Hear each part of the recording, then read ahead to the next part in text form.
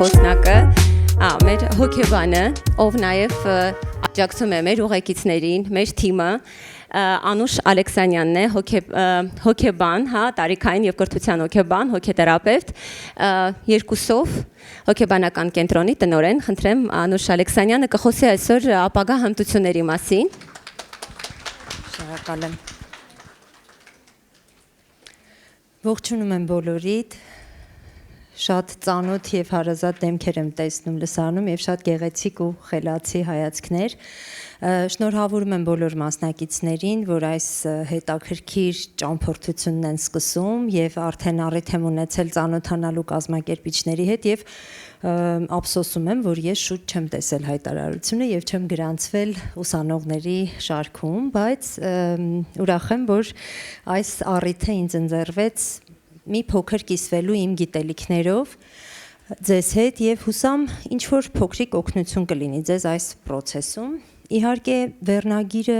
հավակնոտ է, բայց կփորձեմ ես համապատասխանել վերնագրին։ Եկեք հիմա մի պահ այս կազմակերպչական, ակտիվ կետից մի փոքր գնանք դեպի ներս։ Մի բանի մասին եմ խոսելու, որ բոլորիս մասին է եւ մի փոքր պահանջում է կենտրոնացում եւ ուշադրություն դեպի ներս։ Եկեք մի պահ պատկերացնենք ցանկացած խնդիր, որին կարող ենք յուրաքանչյուրս բախվել։ Խնդիր ցանկացած բնույթի, կարող է լինել ֆինանսական, կարող է լինել աշխատանքային, հարաբերությունների, առողջական, նյութական, ցանկացած բնույթի խնդիր։ Ինչ է մեզ հետ տեղի ունենում, երբ մենք բախվում ենք խնդրին կամ որևէ փակուղային իրավիճակի։ Առաջին հերթին մենք սկսում ենք հենց այս կետից, անկարողություն ենք զգում։ Սենց բախվեցինք ինչ-որ մի դիմադրության, ինչ-որ մի խնդրի, ինչ-որ մի բանի, որ մեզ խանգարում է առաջ գնալ,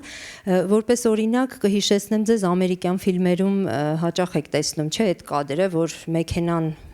երկար ճանապարհի վրա փչանում է, կանգնում է, այս վարորդը իջնում է ու սենց ոտքով հարվածում է անիվին ու սենց ուժեղ բարկանում է։ Հենց այդ իրավիճակն եմ նկարագրում, մենք առաջին հերթին անկարողություն ենք զգում։ Անկարողությունը հետո բերում է բարկություն, մենք բարկանում ենք, սրանք շատ արագ են տեղի ունենում, մենք հաճախ չենք կարողանում հետևել այդ ընթացքին, թե ինչ տեղի ունեցավ, մենք հաճախ հետևանքներն ենք տեսնում։ Բարկությունն էլ բերում է ագրեսիայի։ Ինչպես է այս ագրեսիան ավելի հաճախ արտահայտվում։ Ավելի հաճախ այն արտահայտվում է մեղադրանքներով։ Երբ որ մենք բախվում ենք որևէ խնդրի, մենք շատ արագ սկսում ենք մեղադրել։ Մեղադրում ենք կամ այն մարդկանց կամ իրադրությանը, որը պատճառ դառավ այս խնդրի, այսինքն մեղադրում ենք մեզնից դուրս իրականությանը, ուրիշներին կամ երբեմն նույնիսկ մենք այդպիսի արտահայտություն ունենք, ասում ենք բախտի տերը թաղեմ։ Այսինքն նույնիսկ բախտին կարող է մեղադրենք, այսինքն աներևույթ ինչ-որ բաներին ենք երբեմն նույնիսկ մեղադրում եւ կամ մենք սկսում ենք ինքներս մեզ մեղադրել։ Համաձայն եք, չէ՞, որ այսպեսի մի բան է մեզ հետ տեղի ունենում, կամ մենք մեզ ենք մեղադրում, բարկանում ենք, ես խի սենց արեցի, ճիշտ չհաշվարկեցի ժամանակս, լավ չարեցի այս ինչ բանը, այ ես նորից այս սխալը թույլ տվեցի, կամ մեղադրում ենք ուրիշ մարդկանց։ Ինչ է տեղի ունենում այս երկու մեղադրանքների արդյունքում։ Երկու ուղղությամբ էլ, թե ուրիշներին մեղադրելիս, թե ինքներս մեզ մեղադրելիս, մենք ապրում ենք անձի դեգրադացիա։ Մենք սկսում ենք քայքայվել։ Այս քայքայվել բառից չվախենանք շատ, բայց մի տեսակ ոնց որ բացասական փոփոխություններ են մեր մեջ սկսում։ Երբ մենք սկսում ենք ինքներս մեզ մեղադրել, մեր ինքնագնահատականն է ընկնում, մեր ես պատկերն է փոխվում, մենք սկսում ենք վատ բաներ մտածել մեր մասին, մենք մեզ համարում ենք ոչ շատ լավը, ոչ շատ խելացի, ոչ շատ հաջողակ, ոչ շատ ճիշտ պլանավորող եւ հաջորդ անգամ դրա արդյունքում ավելի վատ ենք անում այդ նույն գործերը, այդ նույն պլանները, երբ սկսում ենք ուրիշներին մեղադրել, եկեք որպես օրինակ բերեմ այն ուսուցիչներին, որոնք անդադ աշակերտներին եւ ծնողներին մեղադրում են։ Օ, ես երեխեք չեն, այս սերունդը սերունդ չի, այս մարդիկ սենց են։ Մենք այդ ուսուցչի մեջ չենք տեսնում, չէ, զարգացող, աճող, պրոֆեսիոնալ մեկին։ Մենք sense մի անգամ ասում ենք, այս այդքան էլ լավ ուսուցիչ չի։ Այսինքն, երբ որ մենք ուրիշներին ենք մեղադրում, այդ դեպքում էլ մենք սկսում ենք դեգրադացվել, մի տեսակ նեգատիվ հատկանիշներ ենք սկսում ձևավորել եւ մեր պրոֆեսիոնալիզմը, մեր կարողությունները, հմտությունները սկսում են ռեգրես ապրել։ Հիմա ուրեմն կարծում եմ այս պահը ֆիքսեցինք, չէ, որ եւ ուրիշներին մեղադրել եւ ինքներս մեզ մեղադրելը արդյունավետ մի բան չէ։ Հիմա դուք կասեք, բա ինչ անենք, եթե իսկապես ինչ որ մեկը մի սխալ բան է անում, բա չմեղադրենք, եթե սխալ բան անում, չասենք դու սխալ ես, շատ վատ ես անում, ես ինչ բան է։ Իրականում մենք կարող ենք եւ ոչ ոքի դրա համար չեն գնդակահարի, որ ինչ որ մեկին մեղադրի եւ բարկանա իր բարկությունը արտահայտի, բայց մենք պիտի հասկանանք, որ վերադառնանք այս խնդրին, մենք ունենք այս պահին խնդիր լուծելու այս խնդիրը։ Եվ իհարկե մենք կարող ենք մեղադրել, իհարկե կարող ենք բարկանալ, իհարկե կարող ենք տարբեր էմոցիաներ ունենալ, բայց պիտի իմանանք, որ սրանք մեզ չեն օգնելու այս խնդիրը լուծել։ Իսկ մենք հիմա պիտի այս խնդիրը լուծենք։ Ես բախվել եմ ինչ-որ փակուղային իրավիճակի եւ պիտի սրանից դուրս գամ։ Եվ պարզվում է, որ այս մեղադրանքները ոչ միայն ինձ չեն տանում լուծման, այլև քայքայում են, դեգրադացնում են իմ բոլոր արկա հմտությունները, կարողությունները եւ ռեսուրսները, եւ ես ել ավելի եմ թուլանում եւ ել ավելի անկարող եմ դառնում այս խնդիրս լուծելու։ Եվ հիմա հարց է ծագում, թե ինչ պիտի ես անեմ, որպեսզի կարողանամ լուծել իմ խնդիրները։ Այս արտահայտությունը Էյնշտեյնի այս խոսքը, կարծում եմ շատերդ լսել եք, շատ տարածված է։ Էյնշտեյնն ասում է, մենք չենք կարող լուծել խնդիրը մտածողության այն մակարդակում, որում մենք իրեն ստեղծել ենք։ Նախ այս մտքի մեջ կա մի այսպես իմաստ շատ նուրբ, որ փաստորեն մենք ինչ որ դեր ունենք մեր խնդիրների ստեղծման մեջ։ Նախ առաջինը այս միտքը, որ ուրեմն ես ինչ որ կապ ունեմ, հա, իմ մտածողությունն էլ ինչ որ կապ ունի, հա, այս խնդրի ստեղծման մեջ։ Լավ, այսքանը հասկացանք։ Հիմա չենք կարող լուծել այդ խնդիրը այն մակարդակում մտածողության, որում մենք գտնվում ենք։ Okay, ուրեմն ես պիտի այդ մտածողության մակարդակից մի մակարդակ վեր բարձրանամ, որպեսզի այս խնդիրս լուծեմ։ Բայց ինչպես։ Մենք հոգեբաններս իհարկե այս միտքը ոնց որ մեր պսիխոթերապևտիկ աշխատանքի կանոն լինի կամ մեր աշխատանքի սենց էպիգրաֆը լինի, մեր աշխատանքի մասին է երևի թե մենք իսկապես օգնում ենք մեր այցելուներին, որ իրենք մտածողության արկա մակարդակից մեկ մակարդակ բարձրանան վերև եւ լուծեն իրենց խնդիրները։ Բայց ես հանդիսանում եմ այն մասնագետներից, որոնք փնտրում են միշտ ավելի հեշտ ճանապարհներ։ Ես միշտ մտածում եմ, իսկ ինչպես կարող էր այս խնդիրը իմ այցելուն լուծել առանց ինձ։ Իսկ ոնց կարելի է ասենց ինքդ քո կյանքում լուծես, էլի ամեն հարցի համար չես գնա մի խորհրդատու գտնես, մի ավակ ընկեր գտնես, երբեմն պետքա որ դու ինքդ գլուխ հանես այդ պահին եւ լուծես խնդիրդ։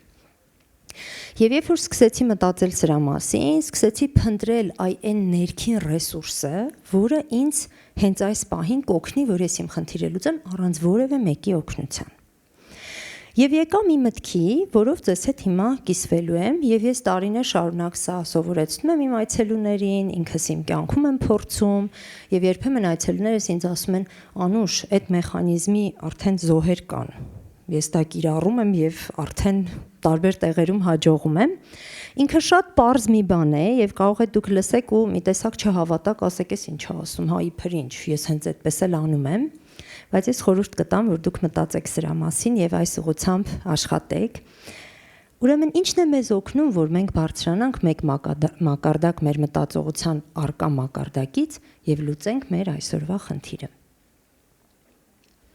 Ուրեմն պարզվում է, որ պատասխանատվությունն է եւ պատասխանատվության զգացումը։ Հիմա դուք կասեք, դե հա, ինչ, պարզ բան է։ Բայց արի ու տես, որ երբեմն մենք պատասխանատվությունը խառնում ենք ինքներս մեզ մեղադրելու հետ։ Հաճախ ասում ենք, դե ես եմ պատասխանատու այս ամենի համար, սա իմ ընտրությունն էր, ու այսպես տխուր կրում ենք այդ մեր բեռը, մեր սխալ ընտրության, սխալ որոշման, սեն շատ տխրում ենք, տանջվում ենք եւ ի վերջո էլի չենք լուծում, էլի սկսում ենք դեգրադացվել։ Հիմա եկեք հասկանանք ինչ է պատասխանատվությունը։ Ինքը բավական բարդ հասկացություն է, դրա համար դրան այսքան ժամանակ ենք տրամադրում։ Ուրեմն առաջին հերթին պատասխանատվությունը զուտ դատողություն է։ Ինքը ոչ մի էմոցիոնալ կոմպոնենտ իր մեջ չունի։ Այն սկզբի էմոցիաները բարկացա, մեղադրեցի, ջղայնացա, մի երկու հատ էլ սենց վիրավորական բան ասեցի մտքումս, օքեյ, այս լարվածությունը, բարկությունը, էմոցիաները անցան, եւ ես ինքս ինձ ասում եմ, լավ, մի րոպե, մի հատ սպասի հələ հասկանամ, թե ինչպիսի պատասխանատվություն ես ունեմ այս իրավիճակում եւ ինչպես եմ դա անում։ Նախ սկսում եմ դատողությունների մակարդակում մտածել եւ այդ դատողությունը, որի մասին խոսում եմ, պատասխանում է հետեւյալ հարցին. որն է իմ դերը։ Տեսեք, հարցեր տալը շատ կարեւոր բան է։ Այստեղ գտնվող իրավաբանները, իրավաբանական կրթություն ունեցող մարդիկ կասեն, որ դա ամենակարևոր բաներից մեկն է, ճիշտ հարց ձևակերպելը։ Եթե հարցը ճիշտ չենք ձևակերպել, երբեք ճիշտ պատասխան չենք տա, ինչքան էլ արագ վազենք, ճիշտ տեղը չենք հասնի, մենք պիտի կարողանանք ճիշտ հարց ձևակերպել։ Հիմա, երբ որ ես ասում եմ ով է մեղավոր, սա սխալ հարց է։ Երբեք ճիշտ պատասխան չենք ստանա, որովհետև մենք միշտ փնտրում ենք մեկին, որը մեղավոր է եւ համարում ենք, որ այդ մեկի մեղքով կարող է այս ամենը տեղի ունենալ։ Այդպես չէ, միշտ մի շարք անձինք, հանգամանքներ եւ իրավիճակներ ունեն պատասխանատվություն այս խնդրի ձևավորման համար։ Սա պիտի իմանանք։ Եվ մենք մեզ պիտի տանք այդ հարցը, թե իսկ որն էր իմ դերը։ Եվ ինչպես տեսնում եք, այստեղ բառերը շատ խիստ են ընտրված։ Ոչ մի բացասական իմաստ չունի դեր բառը։ Իմ դերը ո՞րն է այս հարցում։ Ես ինչ դերակատարում ունեմ։ Եվ ես սկսում եմ այսպես կարծես տոկոսներով բաժանել, թե տվյալ իրավիճակում իմ դերը ինչպիսին է։ Եվ տեսեք, երբ որ ես այս իրավիճակում ունեմ ընդամենը 10% դերակատարում, կարող է չէ այդպես լինել, որ ինչ որ իրավիճակում իմ դերը շատ այդպես փոքր է, նշանակալի չէ։ Նորից դուք կարող եք ասել, այո, նշանակալի չէ եւ հետեւաբար ես որևէ մեղք չունեմ այդ իրավիճակում։ Բայց հիմա մեր խնդիրը ինչ չի, որ մենք մեղավորներ գտնենք։ Եկեք նորից հիշենք, որ մեր խնդիրն է խնդիրը լուծել, որ ես այլևս չհայտնվեմ այսպիսի իրավիճակում, անկախ նրանից, թե իմ դերակատարումը ինչքան մեծ էր այս իրավիճակում։ Հիմա ես հայտնաբերեցի իմ 10% դերակատարումը այս խնդրի ձևավորման մեջ։ Ես հենց այդ կետից սկսում եմ դրա վրա աշխատել եւ բարելավել այդ 10%-ը։ Եվ ես աճ եմ գրանցում։ Անկախ նրանից, որ այն 90%-ի վրա ես ոչ մի ազդեցություն չունեմ։ Ես սկսում եմ աճ գրանցել։ Երբեմն ես կարող եմ այս հարցը տամ, ասեմ, որն է իմ դերը, եւ դժվարանամ պատասխան գտնել։ Ոչինչ, բայց ես ճիշտ հարց եմ տվել։ Ես այնուամենայնիվ կանգնած եմ ճիշտ ճանապարհի վրա։ Ճիշտ ճանապարհի վրա սխալներ անելը վախենալու բան չի։ Վախենալու բանը, երբ որ սխալ ճանապարհի վրա ենք, ինչքան էլ ճիշտ քայլեր անենք, այսպես լավ տեսք ունենանք, ոչինչ չի փոխի, ես սխալ գծի վրա եմ։ Ես պիտի ճիշտ հարց ձևակերպեմ եւ այս պատասխանը անպայման մի օր կստանամ։ Ինքը մի քիչ սխալ կլինի, մի քիչ ամբողջությամբ չի ծածկի հարցը, բայց ես ճիշտ հարց եմ տալիս։ Եվ մի օրինակ էլ բերեմ ու ամփոփեմ միտքս, ուրեմն եկեք որպես օրինակ վերցնենք, բոլորիս հետ հավանաբար այդպիսի բան պատահած կլինի, որ նստում ենք ինչ-որ տաքսի եւ ինչ-որ մի ոչ շատ հաճելի զրույց է գնում վարորդի հետ։ Ենթադրենք վարորդին ասում ենք, որ խնդրեմ ձեր ծխախոտը կհանգցնեք, ու վարորդը ինչ-որ մի քիչ կոպիտ պատասխան է տալիս, կամ ինչ-որ մի բան ենք ասում, ասում ենք, այստեղ կկանգնեք, բողոքում է, ասում է, զզվացրեցիք արդեն, այս ճանապարհները, այստեղ կանգնելու տեղ չկա եւ այլն, ու մենք մի տեսակ վատ տրամադրություն ենք ունենում, որովհետեւ մտանք այդ վարորդի հետ վիճաբանության մեջ, ասեցինք, բայց ախր իմ իրավունքն է, ես այստեղ եմ ուզում իջնել եւ ես վճարում եմ, ես ախր պատվիրել եմ, այդ ինչպես եք ինձ հետ խոսում եւ այլն, ինչ որ sense մի բան։ Հիմա մենք գնում ենք գրասենյակ եւ մտածում ենք, որ ես ինչ օնդուր բան էլի, ես կարևոր աշխատանքային օր ունեի, հանդիպումներ ունեի, ես ինչ տհաճ բան եղավ էլի, օրս փչացավ ամբողջ, ես նյարդայնացա այս վատ վարորդի պատճառով։ Հիմա առաջին հայացքից կարծես մենք ոչ մի դեր չունենք այս իրավիճակում։ Բայց երբ որ մենք սկսում ենք հարցեր տալ, թողնում ենք մի կողմ են 90% դերը, որ ճանապարհները լավը չեն, այս մարդը հոգնած է, լավ չի վարձատրվում, ուրախ չի իր կյանքից եւ այլն, լիքը հանգամանքներ կան, չէ՞, այդ մարդու այդպես արձագանքելու մեջ։ Եվ միայն այն չի, որ այս մարդը վատ դաստիարակություն ուներ կամ ուզում էր մեզ վիրավորել։ Չէ, բազում հանգամանքներ կան, որի պատճառով այս մարդը այսօր մեզ այսպես պատասխանեց։ Հիմա, երբ որ ես ինձ հարց եմ տալիս, ասում եմ, որն էր իմ դերը։ Ես գուցե գտնեմ պատասխան, որ կարող է գնացի պատահական փողոցից ինչ որ մեքենա նստեցի ու այդքան էլ վստահելի, ասենք, բան չէր, վարորդ չէր։ Կարողա մի քիչ շուտ դուրս գամ ոտքով գնամ աշխատանքի հասնեմ, կարողա սկսեմ մի քիչ գումար խնայել իմ մեքենան գնեմ, կարողա մի ծանոթ վարորդ գտնեմ, խնդրեմ, որ ինքը ինձ ամեն օր աշխատանքի տանի եւ այսպիսի տարբեր լուծումներ։ Արդյունքում ես վերանում եմ այդ մեղադրելու process-ից, գալիս եմ դեպի ինձ եւ սկսում եմ բարելավել իմ կյանքի որակը։ Անկախ նրանից, թե վարորդները ինչքան կիրթ են, ինչքան գրագետ են, ինչ ա տեղի ունենում մեր երկրում, մեր քաղաքում, կառավարությունն ինչպիսին է, փողոցներն ինչպիսին են, խցանումներն ինչպիսին են, ես գալիս եմ ինձ, ասում եմ, որն է իմ դերը այս իրավիճակում, ինչը ես կարող եմ փոխել, ինչը ես կարող եմ վերանայել ու վերջ։ Ես սկսում եմ ունենալ աճ եւ բարձրանում եմ մեկ մակարդակ վերև իմ խնդրից եւ լուծում եմ իմ խնդիրը։ Իրականում շատ պարզ է, բայց հրաշալի արդյունքներ են գրանցվում, ձեզ խորհուրդ եմ տալիս փորձել, ոչ թե ինձ հավատալ, այլ փորձել։ Ես ամբողջ օրը սրանով եմ զբաղված, եթե անկեղծ լինեմ։ Եվ մի պահ արագ նորից վրայով անցնենք ու համեմատենք իրար հետ այս երկու հասկացությունները, որոնք մեր բոլորի առօրյան են եւ մենք ամեն օր սրա մեջ ենք, մեղադրանքը եւ պատասխանատվությունը։ Մեղադրանքը էմոցիոնալ ակտ է, միակողմանի է, հանգեցնում է դեգրադացիայի եւ ինչպես ասացի, սա ագրեսիա է ինքնին եւ չի կարող բերել որևէ լավ բանի։ Պատասխանատվությունը զուտ դատողություն է, էմոցիոնալ ակտ չէ, ռացիոնալ է, հաշվի է առնում պատասխանատու բոլոր կողմերին, զարգացնում է եւ բարելավում է անձի կյանքի որակը։ Շնորհակալություն։